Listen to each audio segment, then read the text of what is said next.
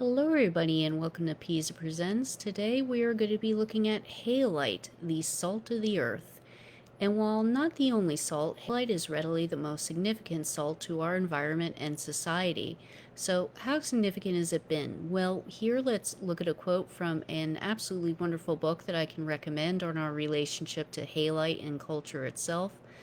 Mark Kalansky's Salt. So it goes, quote, "Those who think of fascination with salt as a bizarre obsession have simply never owned a rock like this." And while halite is not a rock, it's a mineral, the key concept very much applies. So if halite is a salt, what exactly is that? So when people hear the word salt, they probably think of this, which is fine, of course, as table salt comes from halite. And no matter how many grains in the shaker, at their simplest, the molecules look like this. The positive ions are what are called cations, and then the negative anions the negative ions are called anions. So they are joined together by ionic bonds, and that's the most basic definition of a salt. Something joined by ionic bonds. Some will say it's a combination of an acid and a base, but granted both the sodium and the chloride are fairly basic, that's not always applicable. So there are many kinds of salts, not just halite, but together this combination right up there in the upper right forms NaCl or halite. Now this comes from the Greek halos, meaning salt. Obviously, everything's related. And just a little bit right there with that picture, I really wanted to show because while halite is, yes, a common mineral and it's found on every single continent, it can look anything but common. It's actually a very, very beautiful mineral. Another one that has this problem a lot is, I think, sulfur.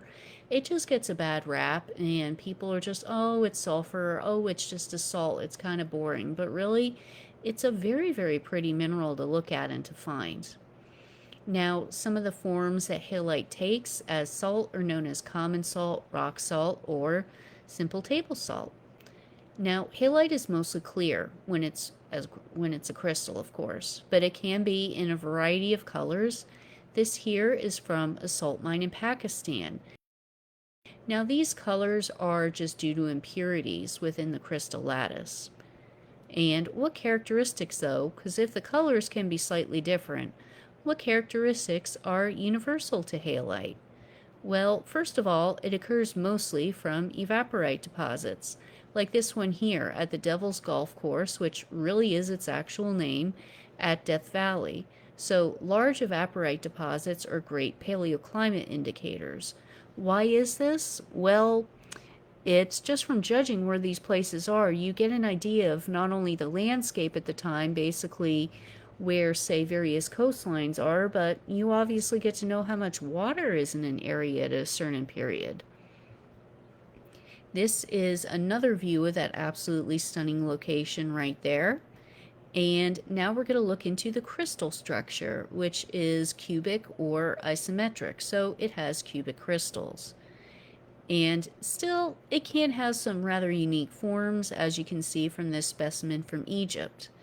Its hardness is 2 to 2.5, so it's also soluble in water, which is kind of like sometimes people will get, say, their specimen a little bit dirty and your indication is to scrub it with a bit of water, so just be careful with you do that if you suspect that something's halite, because you'll dissolve it.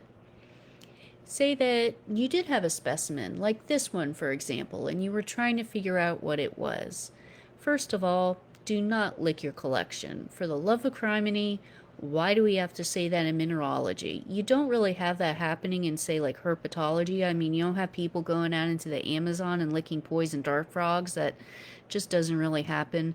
But in all seriousness, if you don't know what a specimen is, because there are poisonous minerals out there, and also too, you just don't know what like dirt and everything else is on a specimen, don't go licking it. You don't know if you may have a reaction or not.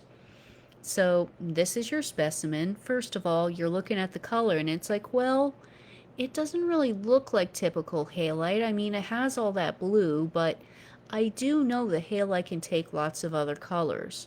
So then you examine the crystals and it has cubic crystals. That's good. and then you can scratch it. Let's see halite's hardness. It should be a 2 to a 2.5. So it can be scratched by a penny. That's good. It can be scratched by calcite, aka our dear friend Johann Martens. That was a nice midnight addition to the presentation right there, switching his photo out from one of calcite. It can be scratched with a fingernail. So that all works out, but what can it physically scratch? Talc. So yes, it is indeed halite. So how much halite is mined annually on Earth? That right there is indeed a halite mine. It's actually one from Poland. Now, on average, we mine about 100 pounds a person. And right here is evaporation in action. A very, very famous area for evaporites such as halite to form is the Dead Sea. So halite is used mostly as table or edible salt to flavor and preserve foods. So does this lend to the wealth of folklore that surrounds it? I mean, we'll look into some of these right here. So first of all, in the upper left, that is the Roman Emperor Augustus Caesar, known as Octavian. Now, that's just to kind of show you, with the Romans, with their soldiers, that is, they would actually pay them in salt as a way because food preservation was so important. That's actually where we get the term salary from the root word sal. Also, too, halite was used via salt as a way to, in some folklores, repel, well, evil spirits. So, yeah, the tooth fairy doesn't necessarily count there, but that was the least weird photo on Shutterstock that I could find of fairies that I wanted to put up, so tooth fairy it is. Also, too, things like, say, werewolves, vampires, other various dark spirits, what have you. There are whole lots of different stories about how salt can actually keep them away. Now, salt shakers, sprinkling salt, there's lots of different rituals surrounding that in homecomings, when you buy a new home, that is. The birth of a new child, a wedding, sprinkling salt is meant to ensure good luck, health, fertility, a host of various things. And also, too, if you're able to sprinkle salt on the tail of a bird, that's meant to lend you good luck. I think that's because it shows that you're nimble enough to do it, but that's kind of one of those weird things in folklore that people just sort of say it and folks don't really know why it was said. Now, halite is also used in agriculture and industry.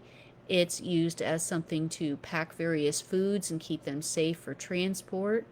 Also, too, in cleaning, as an insecticide, as an herbicide. People will mix it with, say, cleaning vinegar and a bit of Dawn dish soap to use as basically like an organic weed killer. It's used as a road salt, along with, it's not the only salt again, and it's definitely not the only salt even that's used on roads. Magnesium chloride is another one that comes to mind.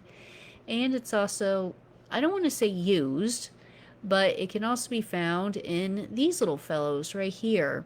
Those pink Himalayan salt lamps. Just take the benefits of those with, all due irony intended, a grain of salt. Because when you think about it, yes, while I'll grant you some negative ions can have a few benefits on certain people with certain conditions, that's under very, very limited conditions. And also, too, those lamps don't put out nearly enough ions for it to have any of an impact. So, well, altogether, just, consider things on your own. And with that, we'll look at a close-up of pink salt as it is in all of its wonderful glory.